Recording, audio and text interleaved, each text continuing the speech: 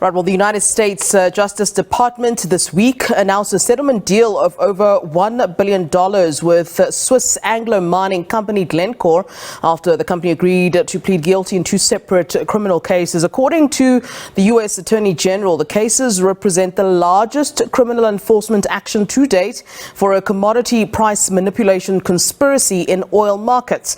Authorities in the United States, Britain and Brazil announced that 3 of Glencore's subsidiaries were pleading guilty to a range of crimes, including market manipulation and bribery related to its conduct in developing countries. Glencore admitted to engaging for over a decade in a scheme to bribe foreign officials in 7 different countries across Africa and South America, while a U.S. subsidiary of the company entered a guilty plea in connection with a multi-year scheme to manipulate benchmarks used to set prices for oil at 2 of the country's busiest ports, motivated by corporate greed. Unrelated to the matter, former Eskom CEO Brian Molefe accused Glencore of seeking to extort around 8 billion rand from the struggling utility through exorbitant coal price hikes at its then-owned Optimum coal mine, a charge former CEO of the company, Clinton Efron, later rejected during testimony at the State Capture Commission. Glencore eventually sold Optimum to a company owned by the Gupta family after new terms for coal provision could not be reached with Eskom. All right, let's talk more on this then. We are joined here in studio by SABC economics editor Tshepo Mongoai. Tshepo, good afternoon to you. All right, let's talk about this then. I mean, the implications are wide and should in fact be far-reaching. It seems as well, and as the economics editor, you might refute the allegation that there's quite a lot of silence around this particular issue involving Glencore. It is indeed a big deal, especially since there were accusations that had been made about Glencore possibly being, I'll use the word, corrupt. So what are the implications then? Well, it's quite interesting. I mean, I think one flow that 1.1 billion rand of fine is being paid in the US, where yet most of the conducts was actually done here in Africa and many other developing countries. Remember, this speaks to the dominance in the market. Glencore for many years has been buying other operations to increase its size in the commodity space. We're not just talking about mining, we're talking about even farming. Cross value chain, they are such a dominant player. So when you have a company that big, that opens a leeway for such behavior at times. So the issue in the US, it speaks to ability to conduct such investigations.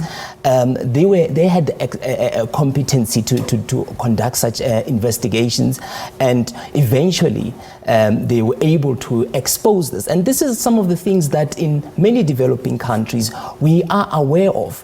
I mean, if you look at some of the allegations leveled against Glencore for many years, since especially since it became a public company, the issue of how it has been expanding, securing and entering markets that many mining companies wouldn't go, and eventually using middlemen in order to secure their deals.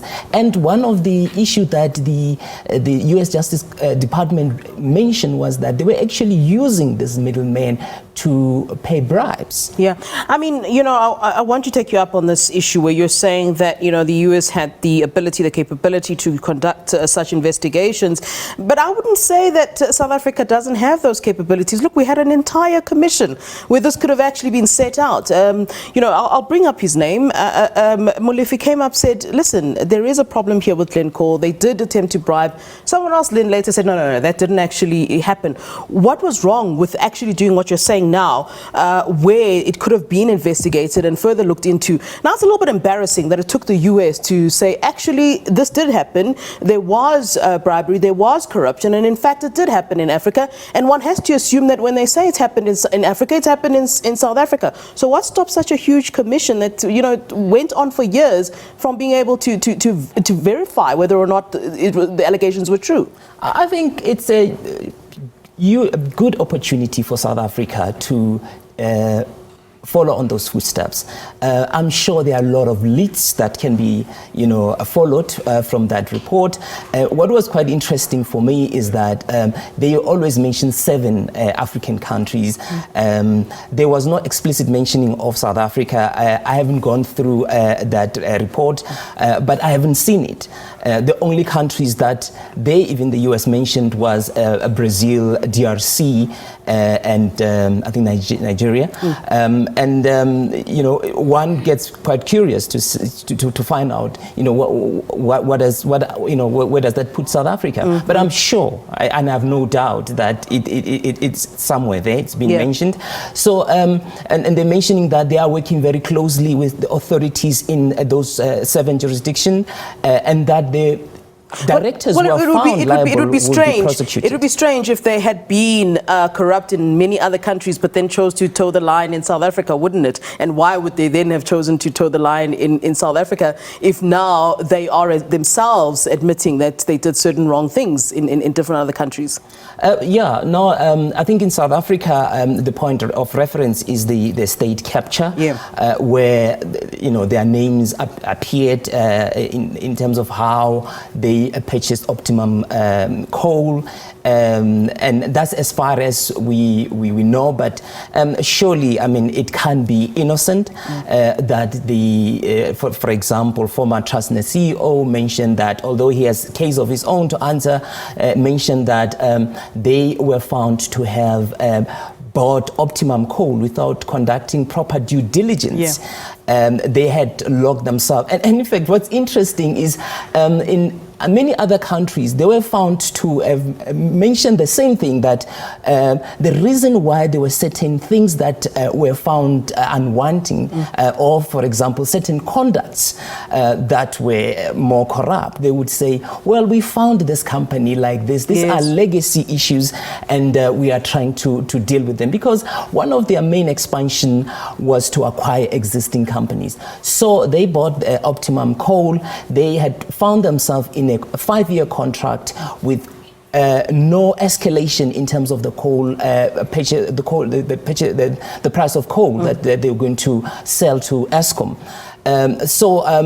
No one does that. So, and then they approached Eskom and say that, please, we want to increase the price to, I think it was over 500 from $150 per ton.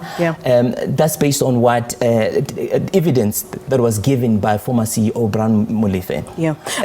One has to ask the question of, where does it go from this point? Because, we're now getting all of this information, and of course we ourselves, having had Glencore in the country, we need to, of course, establish whether or not we were implicated or affected by this. Where and how do you see all of this playing out? And of course, bearing in mind that the commission has now wrapped up. This is information that would have been quite imperative for the State Capture Commission, wouldn't it? I've no doubt that some of the evidence that the Americans have gathered could actually lead us to South Africa, where they might have conducted themselves in a way that they shouldn't. So I think that's one point. And then the other one is we've got the Competition Commission. Although sometimes it sounds like a broken record, where almost every single day or every week, the Competition Commission fines company millions of rand for anti-competitive behavior, for protecting their market share, for ensuring that nobody enters in the space that they are operating. And I know the Competition Commission always mention this, and one of the hindrance to our reforms is exactly that, because you have too many powerful players that will do everything to ensure that nobody enters that space, and they continue to grow. And what is interesting is that at times government actually contribute to their dominance, but come back on the other side and say that, well, these guys are too powerful and they should actually, open up the market for new entrants to come. It's a long way. All right. Well, we're going to continue talking on this. Tshepo, thanks very much for giving us your input today. That is our senior journalist as well as economics editor here at SABC News. Thank you so much.